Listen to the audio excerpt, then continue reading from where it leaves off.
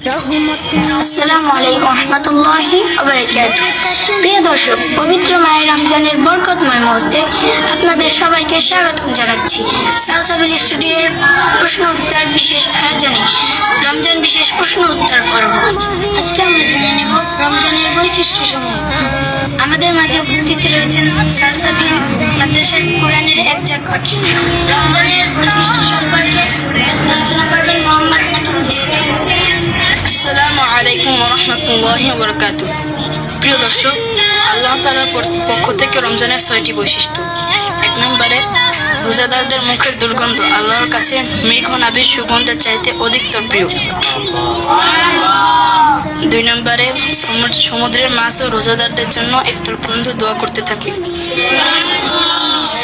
অপর এক বর্ণনায় আছে, ফেরেশতারা রোজাদারদের জন্য ক্ষমা প্রার্থনা করতে থাকে যতক্ষণ